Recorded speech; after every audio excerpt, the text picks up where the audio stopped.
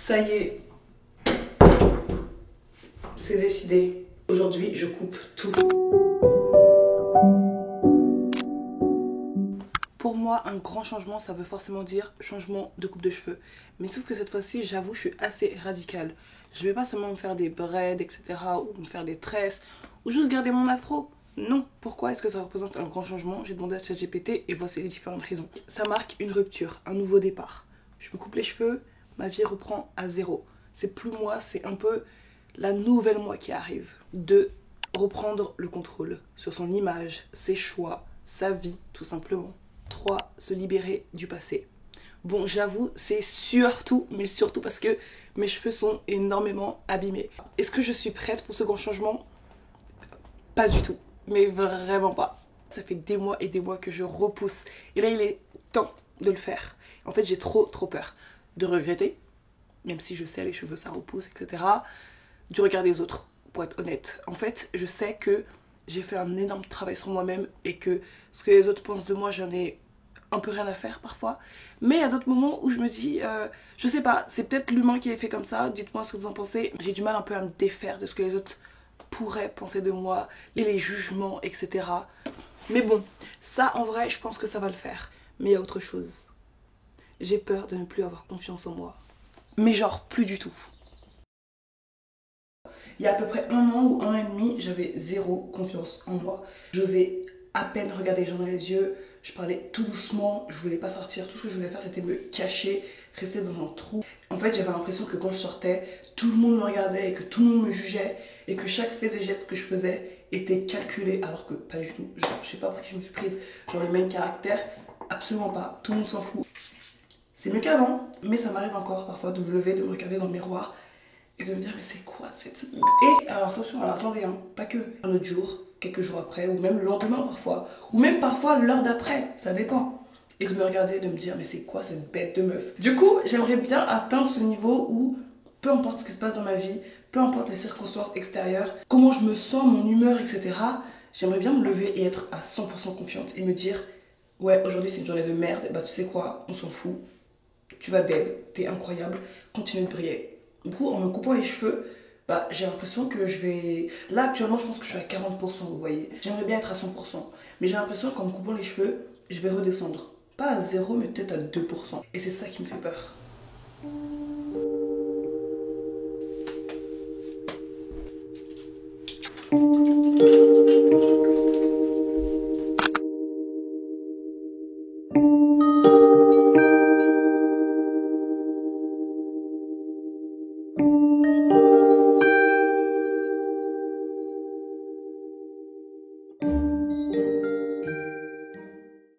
Il est déjà 15h et je vous assure, je suis vraiment pas en train de procrastiner.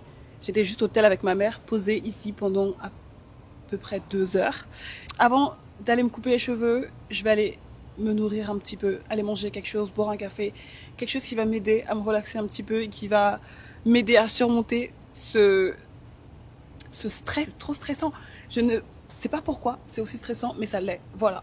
Les personnes qui ont déjà coupé leurs cheveux ou qui sont sur le point de le faire, peut-être que on se comprendra. Il y a 2 semaines, je suis allée dans un resto à sandwich italien, incroyable. Incroyable, mais vraiment, limite le prix, on s'en fiche. Le goût de ça, c'est à 14 minutes à pied. Let's go. Je l'ai probablement dit dans des vlogs précédents, mais quand je suis à New York, les gars, je peux marcher 1 heure, 2 heures, 3 heures. It doesn't matter. Je me balade partout et je peux marcher toute une journée entière, ça me dérangerait pas. 14 minutes, c'est quoi finalement? Let's go.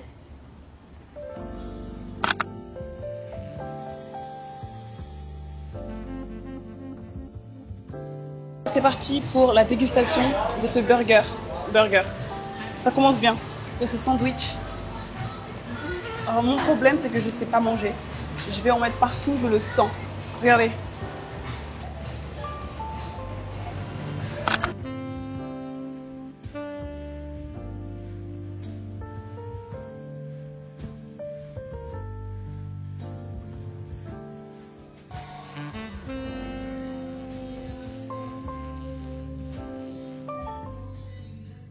Alors aujourd'hui, je fais tout sauf aller faire ce que j'ai dit que j'allais faire. Ma perception des choses a complètement changé. Mais complètement. La confiance en soi, c'est un sentiment positif qui permet à une personne de croire en sa propre valeur et en ses capacités. J'ai regardé une vidéo YouTube, puis une autre. Je suis allée dans la rue et j'ai demandé à une inconnue. What's your name? My name's Ruth. What makes you confident? I think what makes me confident is knowing that everything that I've done is putting me in place to be where I am today. And I made good decisions, bad decisions, but they were all my decisions. And I love myself every day. That's one thing that hasn't changed.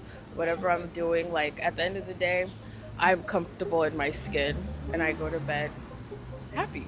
Do you feel that way every day, or you have some days? There's some days when it's harder, but affirmations and speaking to myself kindly helps. En fait, la confiance en soi, ça n'a vraiment rien à voir avec ce à quoi on ressemble. Je le savais déjà au fond de moi, mais j'étais persuadée qu'une partie de moi se sentirait plus confiante avec des cheveux un peu plus longs ou quelque chose qui rentre dans le moule, quoi. Alors qu'en fait, pas du tout. Normalement, avec les cheveux courts, je ne devrais pas me sentir moins confiante. C'est quelque chose qui se travaille aussi tous les jours. En fait, pendant des années, je me suis reposée sur un look. Je me disais, ok, maquille-toi pour être un peu plus confiante. Fais ça pour te sentir un peu mieux. Non, ça aide bien évidemment d'avoir une tenue confortable, un outfit qu'on aime bien. Les jours où je me sens vraiment confiante, où je suis bien dans ma peau et que je crois en moi et en mes capacités, c'est les jours où je fais ce que j'aime. Faire des vlogs, écrire, aller dans des cafés et boire des lattés. Là, il est trop tard pour un latte, mais ça me fait plaisir aussi. Prendre des risques, ça m'aide à avoir confiance en moi. Parler à des inconnus alors que ça me fait trop peur.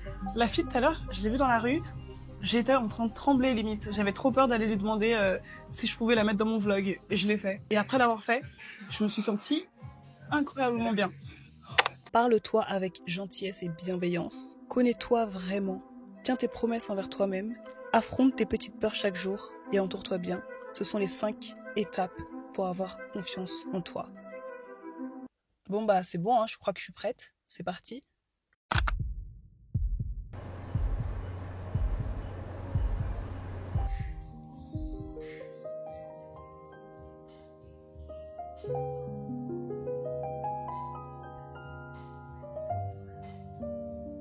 Watch this. And I bet you it'll grow back. And it came back 10 times better. So this is your friendly reminder that if you need to start over, you can.